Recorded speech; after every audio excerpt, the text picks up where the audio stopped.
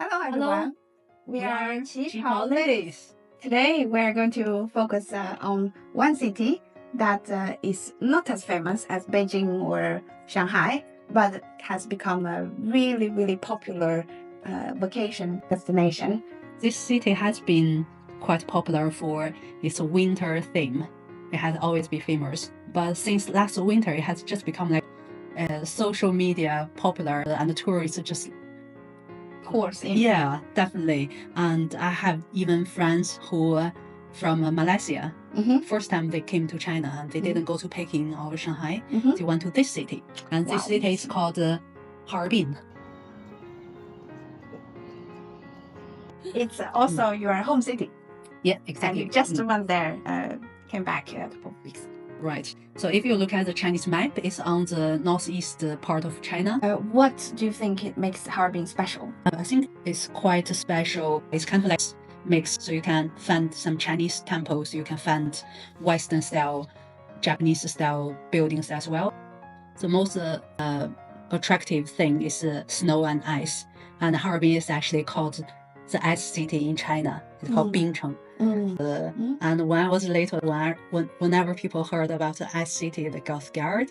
And actually, I was thinking ice city should be like a pretty, like transparent and Blinking. exactly Shiny. like pretty city. And I do think so, because of the weather is dry as well, and of the reflection from the snow. So, yeah, you do get a good feeling when you are surrounded by a lot of ice and snow. Remember when I was young, I already heard people talking about going to Harbin to visit their festival during wintertime, where you can actually fly on the slide that is made from ice. You're probably talking about the ice and snow festival. Yeah, and Harbin is quite famous for its ice sculpture, and each year the city is making new world record.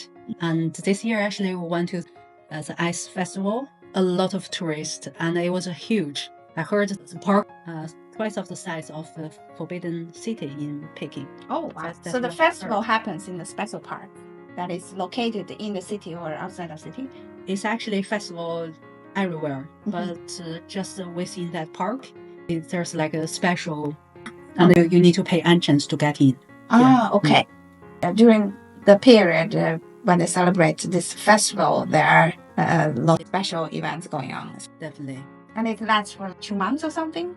Well, 3 months. It started from December and until February. And this ice festival, for example, opened in around Christmas time. And there's another like a park. It's a snow festival with full of snow sculpture. There's a river in the city. Just on the river is like a carnival. So you can do a lot of different like activities, and it's kind of like an amusement park. This culture has already started long time ago, because I could remember this tradition since when I was a kid. But it just become like a bigger and bigger each year. I remember when I was watching the commercials on TV as a child, I really was hoping that one day I could go there myself. But in the end, actually, I tried a bit in the north of Sweden and had a peek of this type of experience, because there is also a winter festival in the north of Sweden in a city called Kiruna that is inside the northern circle. But then the festival is only for a week, and the ice sculptures was just a few on the streets. So you can see their reindeer-shaped sculpture with light inside. But it's not the real thing, because I remember what I saw was really like you can play hide and seek in an ice building, and for the kids there's also facilities like playground that made up of ice.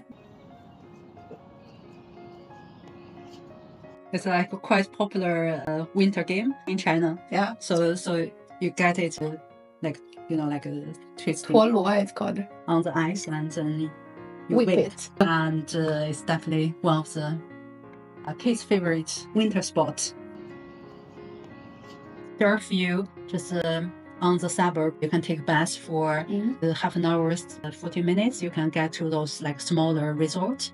And this time we actually went to, it's called Yabli. Mhm. So you have to take a speed train from Harbin. It takes 1.5 hours to get there. Mhm. It's actually a very proper skiing resort. For example, in February, it will be Asian Winter Games. It's the same quality if you go to the northern part of Sweden or Alps. So that kind of like a skiing resort. But it should not be as expensive, right? I didn't find it expensive. And that was my first time going there. So I didn't know anything. I just booked a hotel and then the hotel took care of everything. So they have a car and send us to different tracks or lanes we're talking about. And then when it's done, I just call them and pick up. Very convenient. Oh, very nice service. And every day it costs you like thousands or it costs you hundreds? If we're talking about each person, it's actually very, very cheap because I'm a beginner of skiing. So I only paid 180 yuan for skiing on the green lane.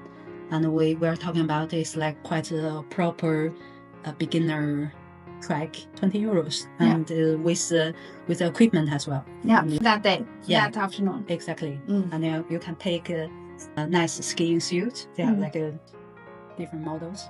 Yeah. So everything, equipment and even clothes and ski pass, the transportation, everything included. 180. Yes. Oh wow, that's an amazing price. Yeah.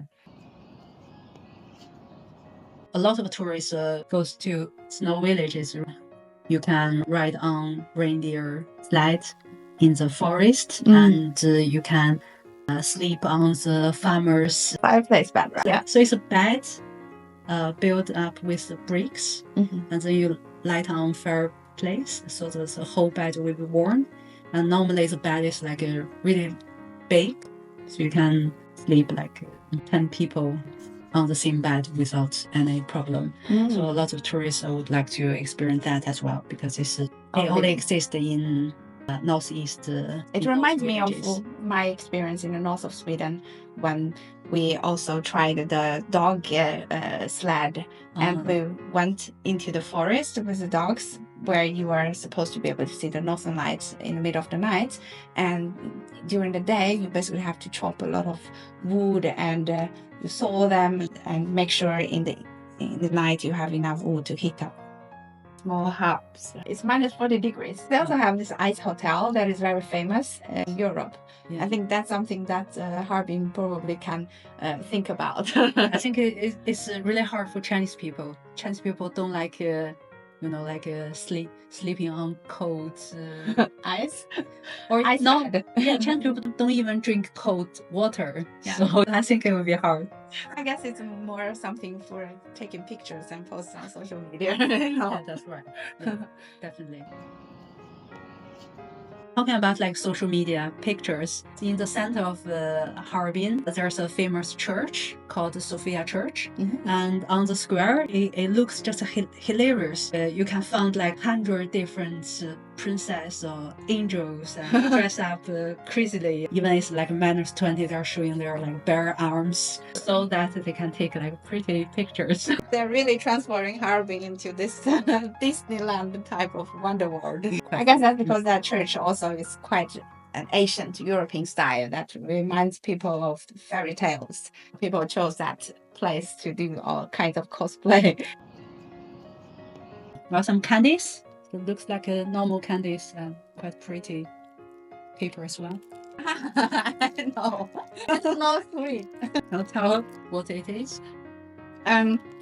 You better know what it is before you taste it. Otherwise, it's very disappointing because it tastes like meat. It tastes like meat. I can tell you, high quality and very good taste real meat, dried meat. Dried beef. And it's a very common snack in China. Or we're talking about like the whole China. I grew up with those snacks. Yeah. That it's not really often in China people eat very, very sweet snacks. But the salty type, they are very popular. I think it's very healthy as well. So make sure you try those if you go to China. Dried beef. Enjoy. I hope that we have given you some inspirations where you can go during winter in China. You can look for real winter, real snow, and real Disney World. Really good food. Yeah. And I definitely recommend my home city.